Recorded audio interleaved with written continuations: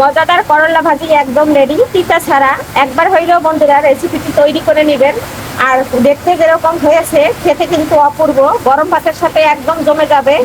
আর একবার হইলেও তৈরি করে দেখতে পারেন। আর প্লিজ বন্ধুরা একটা লাইক দিয়ে ভিডিওটি দেখে নেবেন। আজকে আছে প্রচুর বৃষ্টি, প্রচুর শব্দ। সবাই একটু ভিডিওটা ক্ষমা সুন্দরভাবে দেখবেন, কারণ বৃষ্টির মধ্যে আজকে ভিডিওটা করেছি।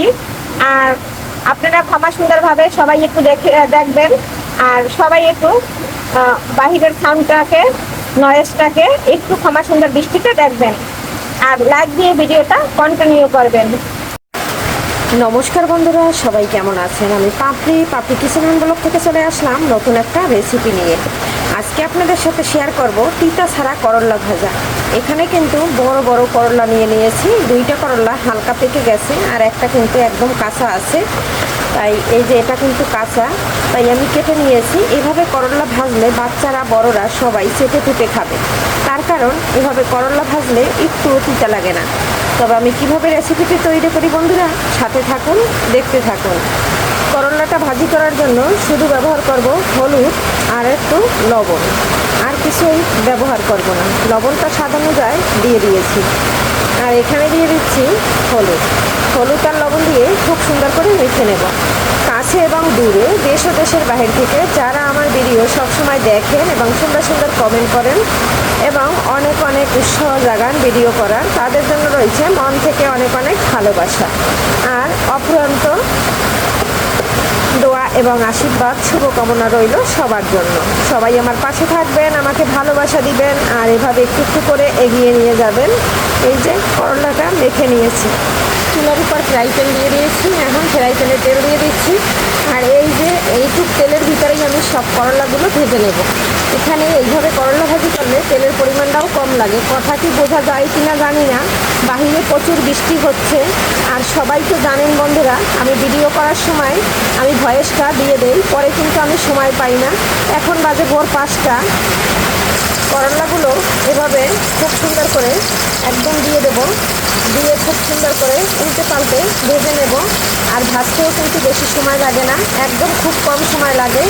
দেখুন বন্ধুরা, খুব সুন্দর করে করলাগুলো দিয়ে দিয়েছি। আর এভাবে কিন্তু এখন আমি ঢাকনা দিয়ে 10 মিনিট ঢেকে রাখবো। আর জালটা কিন্তু একদম কমিয়ে রেখেছি। ঢাকনাটা দিয়ে 10 মিনিট ঢেকে রাখছি বন্ধুরা। এখন একটু উল্টে দেবো, দিয়ে তারপরে আবারও কিন্তু আমি 5 মিনিট ঢাকনা দিয়ে ঢেকে রাখবো। আর করলার কালারটা কিন্তু লাস্টের দিকে একটু কালো হবে, তার কারণ করলাটা একদম যখন ভাজা হয়ে যাবে তখন কিন্তু কালো রং চলে আসবে। এই যে দেখুন, সবগুলো কিন্তু একদম খুব সুন্দর করে উল্টে দিয়েছি। দেখুন বন্ধুরা, আবারও আর একটা পাশ একটু উল্টে দিচ্ছি। এরপরে এই পাশ উল্টে কিন্তু আমি একটু ভেজে নিলেই হয়ে যাবে। আর এই যে আমার করলার কালার কিন্তু একদম চেঞ্জ হয়ে গেছে। এখন কিন্তু বন্ধুরা সবুজ কালার নাই। আর এইভাবেই আমি একদম ভেজে নিচ্ছি। এইবার উল্টে দিলে এটা একটু ভাজা হইলেই নামিয়ে নেব। আর করলা কিন্তু একদম সম্পূর্ণ সিদ্ধ হয়ে গেছে। সবগুলো উল্টে দিয়েছি, এখন হাই হিটে ভেজে নেব 2 মিনিট। আর এখন কিন্তু আমি চালটা একদম বাড়িয়ে দিয়েছি, করলাটা সিদ্ধ হয়ে গেছে। আর এখন আমি 2 মিনিট ভেজে নামিয়ে নেব। দেখুন বন্ধুরা, 2 মিনিট হয়ে গেছে, এই যে নামিয়ে নিচ্ছি। দেখুন বন্ধুরা, কত সুন্দর দেখা যাচ্ছে। উঠিয়ে নিয়েছি, অবশিষ্টগুলো আবারও দিয়ে দিয়েছি। বন্ধুরা, খুব সুন্দর উল্টে পাল্টে একদম ভেজে নিয়েছি। প্রচুর বৃষ্টি, তাই কিন্তু আমি আপনাদের ফুল ভিডিও দেখাতে পারছি না, কারণ প্রচুর বৃষ্টি, শব্দ কিছু শোনা যায় না। তাই এই যে লাস্ট বেশও আমার ভাজা হয়ে গেছে। আর এখন কিন্তু আমি নামিয়ে নেব। এটাও কিন্তু সম্পূর্ণ সিদ্ধ হয়ে গেছে। এই যে এখন আমি নামিয়ে নিচ্ছি। আর সম্পূর্ণ করলাটা কিন্তু আমার খুব সুন্দর করে ভাজা হয়ে গেছে। আর আজকের করলা ভাজি রেসিপিটা কেমন লাগছে বন্ধুরা, অবশ্যই জানাবেন। আর সবাই এভাবে করলা একবার ভেজে খেয়ে দেখবেন। আশা করি ভিডিওটি আপনাদের কাছে খুব ভালো লাগবে।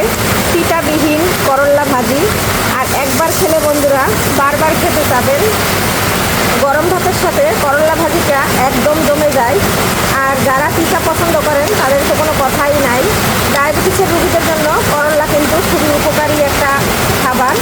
আর এভাবে করলা ভাজি করলে আর দেখতে